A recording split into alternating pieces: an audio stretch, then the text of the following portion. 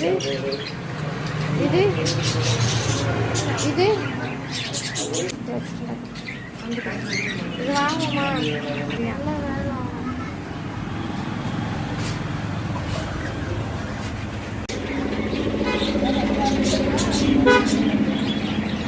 எவ்வளோ சொன்னாங்க? நீ எந்த மீன் கேட்ட?